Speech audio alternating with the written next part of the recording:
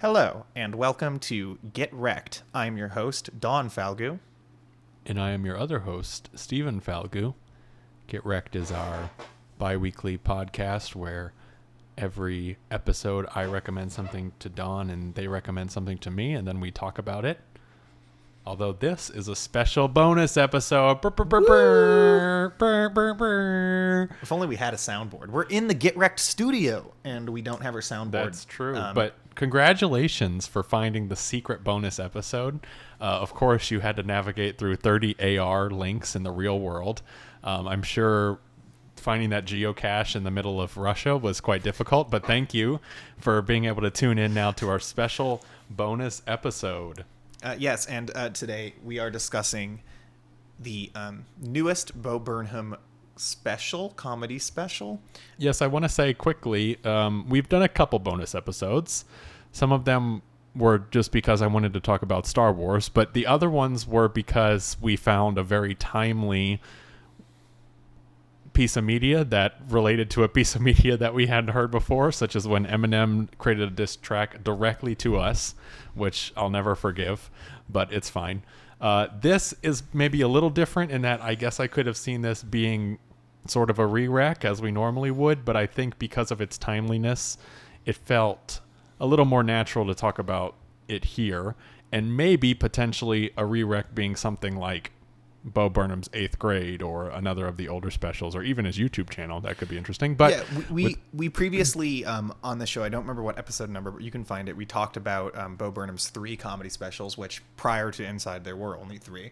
There was Words, What, and Make Happy. We talked about all 3 of those. But after Make Happy, Bo Burnham had quit or gone on hiatus, whichever you want to say, comedy tours, and he became a director. I think he starred in a film that was like up for an Academy Award recently. Yeah, he's been in a couple films, small TV roles in sketch comedy shows and those sorts of things. I'm sure we'll talk about it in this podcast here that we're doing, but one of the primary reasons why he quit is because he started to have severe panic attacks on stage because he was a live performer for a long time, and he quit live comedy entirely. Which is notable because I remember after Make Happy came out, he went on kind of a tour of interviews, and he talked about that a lot. And the fact that Make Happy was basically his last thing he was going to do. Apparently those had been happening since he was performing the What special. And so that's like 2 specials he was going on, getting these panic attacks live on stage. And he'd finally built himself up enough to the point where he was ready to go do another special, and then the pandemic hit. So instead, he created this, which is Bo Burnham Inside. It's a Netflix special, much like Make Happy was, although this was not filmed live. This was shot, edited, directed, lit. Almost everything was done purely by Bo Burnham inside of his apartment, and that is what you see. I think there were like producer credits, but I mean, aside from that, this was just him. An entire album of songs. Everything performed in front of a camera. And of course, over the course of like 6 months or more. I don't know. A year. He says in the special that it took him a year. Yeah. So obviously a lot longer than a one night live comedy show. Yeah. I guess we'll just jump right into it. Jump right into Inside by Bo Burnham. As you mentioned, I mean, this is entirely Bo. And I guess for those who aren't aware, I kind of already alluded to it, but Bo really got his start on YouTube. At the time, he was kind of making, I don't know, I wouldn't call them parody songs necessarily. I mean, it was always quintessentially Bo Burnham, like that YouTube comedy, those songs that he performed definitely stretched into his live comedy career. Especially his first special. Especially the first one. Special are a lot like what he did on YouTube. He used to basically just do really wordy kind of songs on his piano, and they were like offensive and edgy and stuff. Like I'm Bo Yo. Yeah, that's one of the big ones. And it's funny because I was talking about this while watching this last night, that I feel like Bo Burnham may really be the only YouTube star, because he was a very early YouTube star, one of the first. He may have really been the only YouTube star who successfully transferred himself to a career outside of YouTube. Like, you think of other YouTube stars who attempted to do that, or whose studios attempted to do that too, and it just never lasted. But Bo is not a YouTuber anymore. No one would say Bo Burnham is a YouTuber, Well, even though I would he say there produces are videos. maybe a couple others, but for the most part, it's a rarity. Sure, I there may be someone who I'm not thinking about, but it's very uncommon. You think of a lot of stars, like some of the biggest stars in YouTube's history, like Fred or something like that, who did go out of YouTube, but just didn't last. And I think that Bo just transferred it into a comedy career, which was perfect for him, a musical comedy career as well. And at the time, he was heralded as like the youngest comedian. Like, if you watch his old specials and you see the way, like, there's an episode of him on, I don't know the name of the show, but it's a show where comedians sit around and talk about their fucking wives or whatever bullshit. And like, Bo shows up with these like seasoned comedians like Ray Romano and other people, and he's talking to them, and he's just like this kid, and that's how they talk to him, like he's just a kid. And now he's hilarious on that. And the other one that I found that I dug up is when they had like the first YouTube con. It was like 2008, and man, he is just so naturally funny. Yeah. Katy Perry basically tries to sexualize him, and he goes, "Thank you, Mrs. Perry," which is just the best. But the reason why I bring that up is because, and I mean it's brought up here too in multiple occasions, this is such an interesting and very specifically different experience than where he came from, but also it's kind of come full circle. He's now creating content from his home, although this is definitely much higher production than his very early YouTube stuff was, which was literally just him in front of a camera. Although this is also just him in front of a camera, but he, put a lot more lighting effort and that sort of a thing into it. It's amazing because I feel like this is a film special, whatever you want to call it. This is a film that feels more like a YouTube video than maybe anything I can think that I've seen that isn't literally a YouTube video. And despite the fact that it is different than his old stuff, I wouldn't say it's like the same kind of thing as his old YouTube videos. The at least what goes into creating it is kind of the same. The only difference is now he's working with like lighting equipment, and he's better at coming up with shots. But right. But yeah, he's filming himself a lot of the times on a piano, singing songs into a microphone, live in front of the camera, doing all of this lighting on camera as well. The lighting is not automated. It's all manual. Everything's manual. And you see him manually do everything that you watch in front of you. So it at points feels like watching a live show, in the sense that you're seeing everything happen right in front of you as it was actually happening. Like, it's actually documenting the performance. It's just that, if anything, this is more involved in a way. It's like a one-man show in that sense. There isn't a camera crew or a lighting crew doing all this extra stuff for him. He's just doing it all right in front of you. So there's extra performance to it than there would be even in his live comedy shows. But something that I think is super cool about Inside, to actually start really talking about what's in it, is that I feel like Inside translates his style of live comedy show perfectly into the format that it is. What he used to do on his comedy shows is they were the messiest live shows you will ever see. I mean, you watch a comedian, they go joke to joke, whatever, but they try to segue, they try to keep it flowing. Bo's thing is that he didn't. He would just like tell a joke and then like go to his piano and do something completely, or the light would cut and yeah, and he'd even make jokes about the fact that there was no transition, no segue, no anything. That's what makes stuff like the comedy special What, which is my favorite. That's what makes that like so special. It's just that it feels so messy and disjointed, but every single aspect is so good and funny that it actually kind of enhances the experience. In Inside, he opens the special ish talking about how it's going to be really messy and that it's just going to be a bunch of random disjointed segments, which is exactly what it ends up being. There's not even, the only through line is that it documents kind of his experience of creating the project. So it's kind of like a meta through line, but there's no story. There are themes, but they're not really carried through song to song a lot of the time. It's just a bunch of vignettes, basically. And I thought that was what immediately struck me about it, is I was like, this is a completely new medium for him in terms of like a comedy special, but it still carried the same feeling as his live shows did. And I want to say, like, without a doubt, the thing about this that struck me so much is that this is absolutely a brand new thing.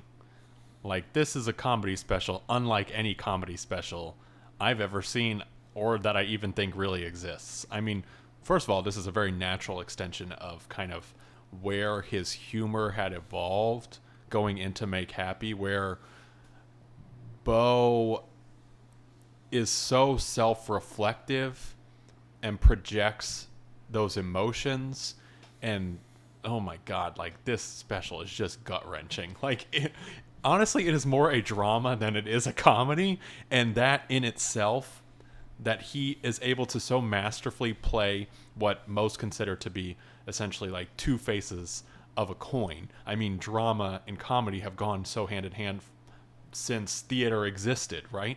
But the way that he so masterfully kind of interplays those in this special is just incredible. And you mentioned kind of the documentation of the process. That all feeds into that drama and the comedy.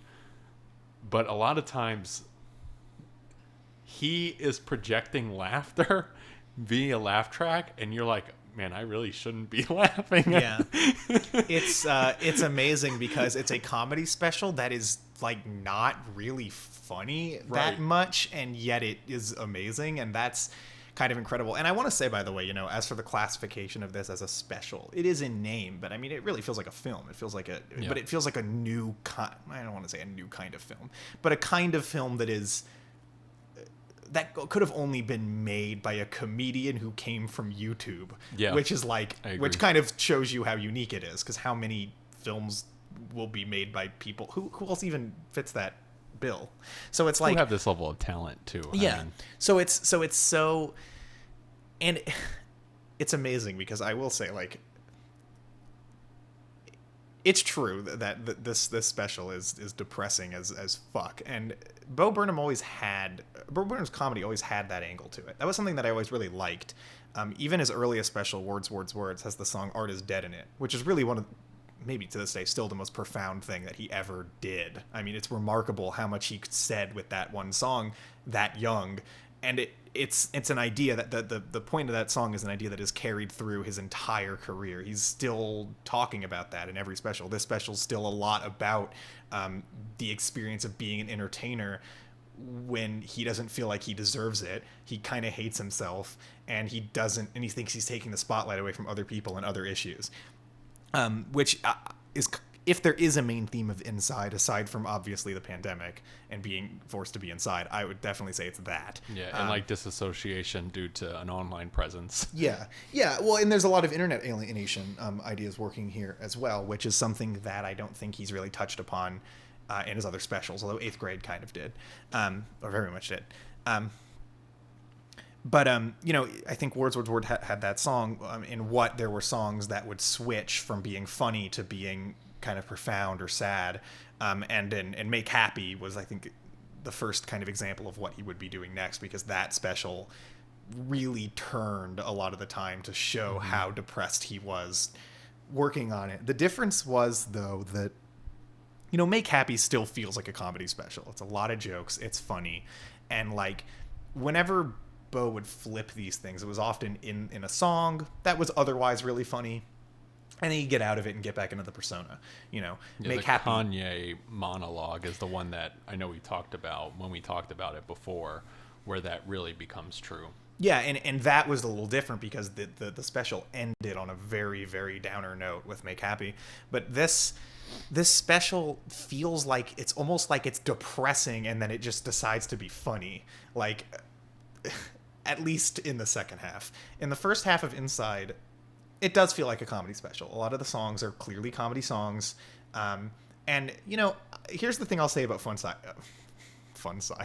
Here's the thing I'll say about Inside. And I don't even, this isn't even a negative, which is really weird that it isn't a negative, but it's really not that funny. Like, compared to other Bo specials, it's just not that funny. I mean, it's funnier than Words, Words, Words, but that special kind of blows. So it's definitely not as funny as What. It's not even close. and it's not even really as funny as Make Happy. There aren't really moments I think of from this that were like hilarious. It was like the jokes were kind of funny. There were some jokes that were quite funny. There were a lot of jokes that were really, really smart, but you know, there wasn't like a gut busting moment. It wasn't like you're going to be sitting there laughing your ass off at this. You'll chuckle, basically, is the way that I would put it. I think some of the songs were funny. Like I thought Sexting was really funny. The opening song had some funny moments. There were some funny visual gags in the opening song, which he doesn't play with much after that. But like he's talking about how he needs to be funny, and he's typing in a calculator 420 and 69 over and over again. Yeah. Or like a Venn diagram, Malcolm X, Weird Al, and then he writes me in the middle. Yeah, honestly, the first song is just hilarious. Yeah, that's the funniest part of the special. I felt like that. Yeah. And it's crazy that I can say that. I'd say both content and comedy, because they are different tracks. Both of those songs are just hilarious. Like, it starts on such a great note. Yeah. And it's crazy that I can say that and have it not be a negative, because I think something that the special does so well is almost because it opens on some of the funniest material, some of the most consistently funny material. It feels like this downhill trend, like you just keep sinking and sinking and sinking. And which is not to say that he doesn't provide laughs even later in the special, but like the mental state he was at working on this special and seeing it progress in the little documentary sections, if you can call them that, you really start to get dragged down to that level with him. Yeah, I mean, even, you know, I have the track list here. Even looking at the first disc's track list, you go content, comedy, FaceTime with my mom tonight, which honestly I feel like is the weakest thing in the entire special. Yeah. But FaceTime with my mom tonight, although it is an interesting, just to put a little context on it, it is an interesting look into the pandemic as an experience. But with that being said, How the World Works, White Women's Instagram, then you get into like Unpaid Intern, the first Bezos song, Look Who's Inside Again, 30, and that's when it just like absolutely spirals out of control. Yeah.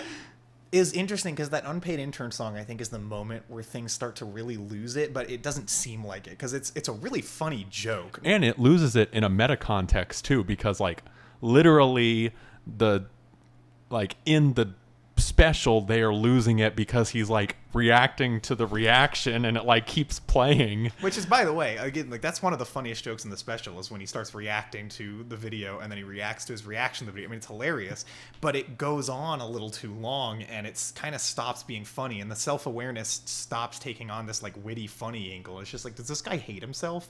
And I mean, like, yeah, that's kind of the point of the special, is like that he does and that he continues to as it goes along. And I feel like and it's true, like the track list digresses, and I think it keeps itself from being a completely dreary downer the entire time, because he is just such a funny person, and he even comments on his own depression in a very funny way, the kind of way you could imagine somebody like him would. I mean, he's a comedian and he's expressing his genuine feelings, but he has to be funny about it. He feels like he has to. And that almost makes it worse.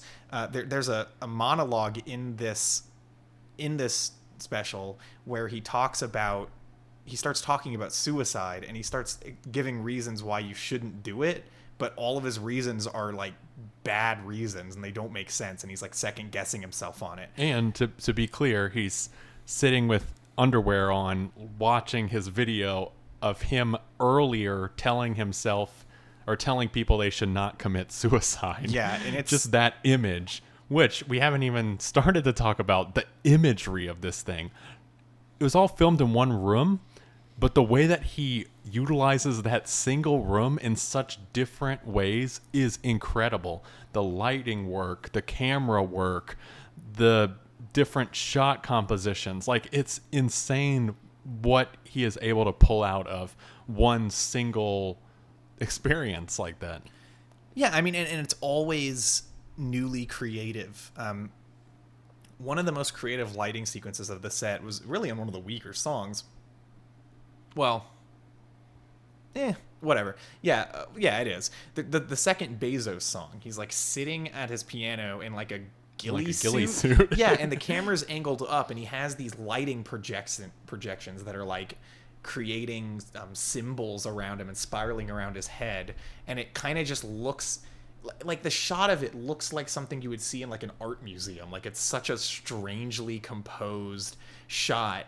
And then other times it has nothing to do with shot composition. It's just purely the way he's able to use all of his lighting sources. Like on I'm Turning 30 was the song where he's standing with his phone in his hand against his hip, and his phone is really bright. It's like one of those flashlight apps where the screen of the phone is all white. He's got it against his hip, and on the ground he's got 3 pedals that activate lights that hit him at different angles, and he's activating and turning off these pedals while also moving his hand from his hips so that he can spin the light around himself and create like a kind of like moving spotlight effect. And it's like he does that, and it looks so effortless, like what he's doing. And you can imagine like somebody sitting there like grinding out exactly the angles and the placement of this lighting and how everything's going to go, but he does it all so like it just looks so effortless. And because of that, you don't even notice all the things he's doing to make it happen. It just has such a visually striking appearance to it. It's kind of remarkable. It's not just the lighting, but even just the shot composition is so good. And a lot of it will be from a similar angle. Parts of the room you've already seen, but they look different every time just because of the way that he's able to work with that equipment. Mm-hmm.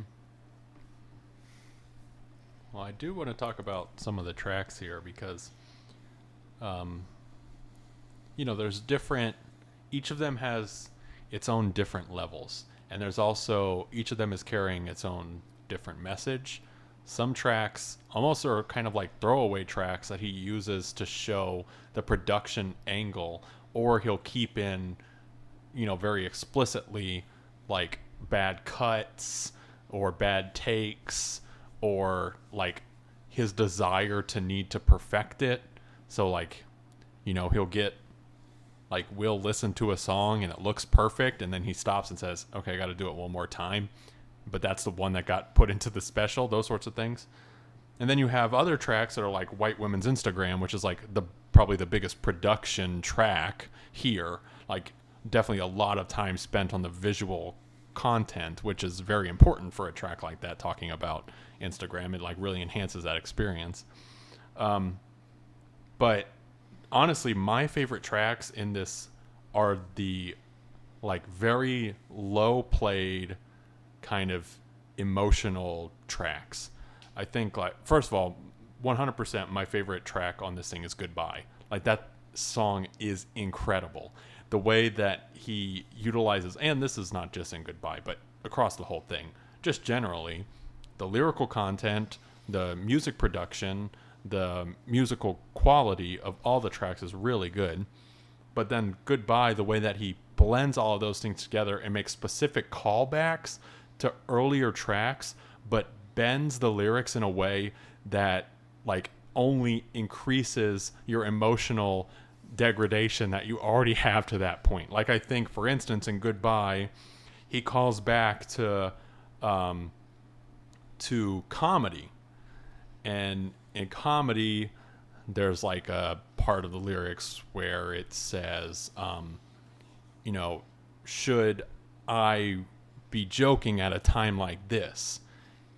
In Goodbye, once this whole thing is over, he goes, should you be joking at a time like this? Like the audience reflecting back on him, which is, again, as you mentioned, like such an important part and such a critical component of his comedy. Although honestly, I just feel like it's his mental state, like his feeling of insecurity about like the way that the audience reflects on him. Like all those things are just so cool, and Goodbye definitely stands at the top. I don't know if you have a top track. My favorite is That Funny Feeling. Is that what it's called? Which is another one that I would say is in that same camp. Which is like, it blew me away the first time I listened to it, and I didn't even know why. It's so quintessentially Bo, where he goes, hey, sorry, I don't really play the guitar that well, or whatever. That's like such a quintessential Bo thing. It's crazy because the song, I've like, it stunned me every time that I've heard it now, but I still have no idea why. It's so like, it's interesting because I think something that he does in this special is that I've seen like I never watched this video, but I've had a video recommended to me that will be like Bo Burnham's philosophy or whatever, and I'm always like what? Like, this dude doesn't provide an answer to anything. He clearly has no idea, and that's kind of his point. And I'm like, he refuses to have a philosophy about it.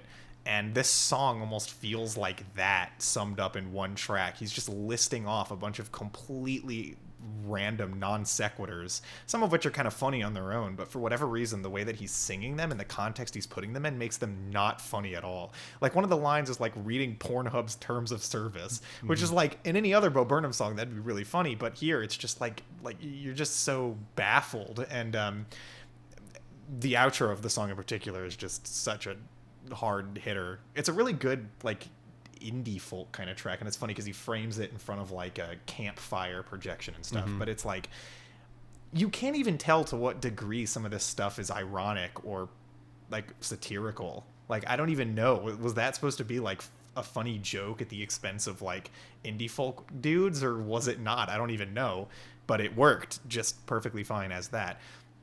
And another song, my other two favorites are the ones that are getting recommended to everybody on YouTube right now. All Eyes on Me, I think is the name of it. And Welcome to the Internet is the other one. Those are just really great. So good. The Internet song is incredible. One of the stand-up moments of the piece, visually for one thing, the visuals are just incredible on that song. And the character of the song is like this villain song about the internet is so neat. And it's a nice moment of levity. And framing the internet as like a carnival circus, like a ringleader leading you into the tent of the internet. Yeah, and it's a nice moment of levity at that part of the show, because I feel like it's one of the funnier songs on that side. I mean, it has a very sinister angle to it. Not only just in the sense that it sounds like a villain song, but also just the lyrical quality of it. But it is nice to get that, because it feels like a song that might have fit in earlier in the special, and it's like the one moment of reprise you get. Whereas All Eyes on Me is, I think, the most explicit like example of how shitty it makes him feel to be having to do this without an audience. Like, he's like so upset about it. It's like you witness him go insane. He's like chuckling as he's holding the camera. It's just crazy. But the song is also like really good. And the only other thing I wanted to mention about the music is that I thought the combination of sounds was really neat. It sounds like he was influenced simultaneously by like Frank Ocean and Weird Al. And I it's agree. Like, and it's really neat. Like, it's like R&B. It's like kind of indie-tronica. It's kind of like, and then some are like super pop, like super electro poppy. Yeah, and it fits the like DIY aesthetic of the special really well too. I mean, even in those more produced like sort of R&B style tracks, they still sound really homegrown, which I like. I just like that all the elements are working together here, the sound and the visuals and everything. It's cool. Yeah, the other thing I want to talk about quickly, we talked a lot about the tracks and the visuals, but I want to talk about the skits too, because that's also not necessarily a large part of this, but it is a part of this, and it is something that I feel like is very specific to Inside. Not really something that he did in his other live comedy specials. These are very much like, feel like YouTube comedy skits, or like almost like kind of his Vine work, honestly. Just obviously more extended than what Vine allowed him to do. But there are a few of them. I want to talk about a couple in particular, like the skit where he's basically thanking everyone for watching the content while he's holding a knife is just incredible. Like, it is so good. And then he's like sitting there lingering too long as he's still holding the knife after he said like, thank you for watching the content. There's one that I feel like it's called back a couple times, sort of, where he's kind of like a manager of brands and talking about how they have to now make like a social standpoint. That one's kind of good. We've already kind of talked about the one where he's reacting to the video reaction and those sorts of things. The Twitch segment was incredible. My favorite is the Twitch segment, where like the way that he so genuinely taps into like a Twitch experience, like thanking people for subscribing. Like, thank you, my dude. Thanks for the $15. It's like, oh my god. Yeah, thanks for the 3 months and all that stuff. And he's like playing the game Inside. Well, not the real game Inside, but like Inside, being Bo Burnham and like walking around a room and just like crying and simulating the experience of like pandemic life essentially, but from the viewpoint of someone watching it, which has a meta context because we're watching him, and it's just so good. Yeah. And then the last skit, which is, I'm still like not even sure how he really filmed it, where he like seems like it was in a black goes box theater. out of the house and he's like kind of in a black box theater and like everyone's laughing at him like escaping, and now he wants to get back inside. There's just such a profound message there, which is so interesting. Yeah, and by the way, that part is brutal. If I thought like of one, like that and the suicide monologue, but that ending is like really, really sucks. It really sucks. Yeah. And like and it comes after in the story that we can call it of him making the special, like that kind of concludes by him essentially just crying. That's like the last thing you see of it. And like shortly after that you get this sketch, I guess, of him trying to go outside. Well, that's why I love Goodbye, because the end of Goodbye is a callback to Look Who's Inside Again, and it's like this weird distorted portion of that song, but he's like naked in front of like at the piano with a light projecting on him as he like starts to slowly cry as we're watching him. Yeah, and it's just it gets really, really gut wrenching, this whole thing. Yeah, the last thing I want to say about it, I guess if I have a problem with the special, it would be that it feels a bit like it would have been funnier if it came out in like, okay, some of it wouldn't make sense obviously because there is like the pandemic context, but a lot of the jokes that he makes and stuff feel like they would have been funnier if they'd been made like a couple of years ago. There's like quite a few jokes like that. Some of the jokes feel like they almost came out of when he was doing Vines, like the and it's fine. It's just a bit odd because I think the special feels remarkably timely. In most ways, there are just a couple of songs or ideas that just don't feel like they're really hitting on anything, not only anything current, but they just feel kind of dated. I also wonder with the special how it's going to age just in general. You know, it feels like something that could very much spark an entirely new like format for not just comedians, but even like for film. I mean, it feels like a lot of people could be influenced by it. Not saying it's a wholly unique thing, because I'm not a film buff and I don't know if anything's been done like it, but I'm just saying that it's popular. A lot of people are seeing it and it feels unique to a lot of people, and it's unique to our time too, for sure. And so, you know, even if it might do that, I wonder how it's going to age, because I do feel like a lot of the appeal of it, not all of it, but a lot of the appeal of it is very 2020, 2021. You know, it's really, and it references things that are happening at that time, which is not a bad thing at all. Like, I think that's really good. I think in a way, the best way I could imagine it aging is that you can watch this and like years down the line and see what living in this time was like. And that is super valuable. It's just like when I compare it to some of his other specials, I wouldn't say they're quite as of their time as this is, even though the humor might kind of be or something like that. Which, yeah, I don't know. I wouldn't call that a criticism. I'm just curious. I don't know what's going to happen with that. But. Yeah, well, sort of related to that, the last thing I wanted to say was, this is by far, in a way, the best piece of media to come out of the pandemic experience. Because so many large media corporations tried to create like pandemic life. Like there was a TV show that was like the drama. I don't even think it lasted for more than like 2 episodes, but the drama was all in Zoom. Like the whole show was like Zoom windows. Like what the hell is that? I think there's like an Anne Hathaway movie where they like fall in love, but the pandemic and they can't see each other or whatever. All of that is so surface level for something that's so impactful and was so life ruining for so many people. And then this comes along and it is such an quintessential experience of what the pandemic is or was for a lot of people. It continues to be for a lot of people.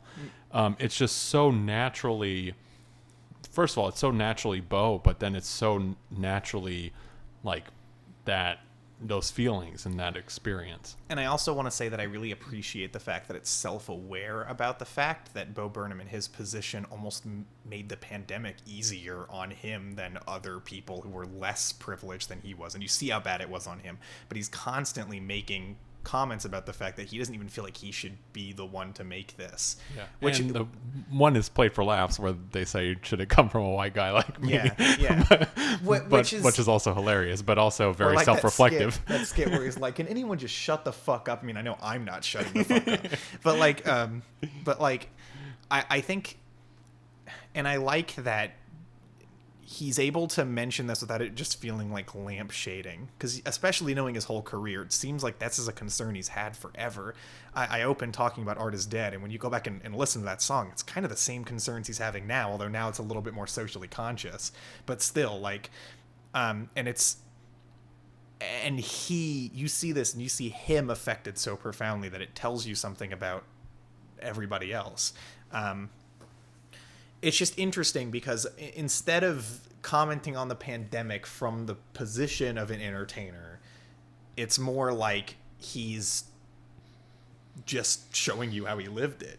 And compared to the things that you were talking about, it sounds like out of touch people trying to tell us how he lived it, you know. Right. And it's nice that it's so personal to him and that it doesn't feel like he's trying to speak over anybody, because this really is just like his experience, and that's what you get. And I appreciate that about it a lot. Well, I think with that we can probably wrap it up. You can go first. Okay. I mean, I absolutely adore this special. I think it's so unique. As you've mentioned already, I don't know if I'd say it's really all that funny, honestly. I definitely laughed. There's definitely some laugh out loud moments in this special, but not compared to his others. Yet, I like this one maybe the most. It's also the most recent. Maybe that's not completely fair, but it's just so interestingly unique. It stands on its own in a way that I've never even seen before, and the tracks are so good, and they play on a lot of different levels. Like at first, you know, you understand the lyrical context, then you understand the emotional context, then you're like, wait, actually the track's also a bop though, so I'm going to listen to it even though it makes me sad. Yeah. And all of them are so good. And then some of them are more like parodies, but some of them actually really have some really great emotional. I mean, he's always done that. Like his tracks have always been just really great to listen to songs. Other than just like, you know, being comedic songs. But this is just, I think what struck me the most the first time and what struck me the most after like the third time I've watched it is the visual impact that this has, because it is so different. And then how naturally this is an extension of, you know, his emotional baggage, the way that he is able to play on that for both comedic effect, but also to make you feel bad. Honestly, like the first time I watched this, like after I watched it, I had to take a breather because it's like so heavy. It is incredibly heavy. I cannot stress that enough if you have not watched this. You go into it and it is a comedy special and you will laugh, but by the end of it, you will just feel absolutely miserable. And I will say generally, you know, I could 100% say trigger warning for a lot of people potentially, because especially people who were experience the same emotions that Bo may have experienced in this special, this could dredge that up again because it is so profoundly impactful in that way. And I didn't necessarily have that same emotional, you know, context or that same emotional weight carried by the pandemic. But even I, after watching this, you know, stuff kind of dredged up for me based on the experience of this thing. And that is something that I say, you know, a lot of art does not do for me at all.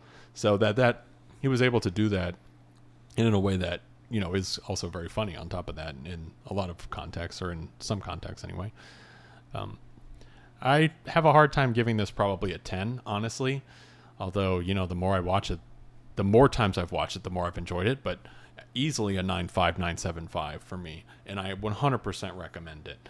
Do I think it's for everybody? Maybe not. but I definitely think it's worth the watch for everybody. Yeah,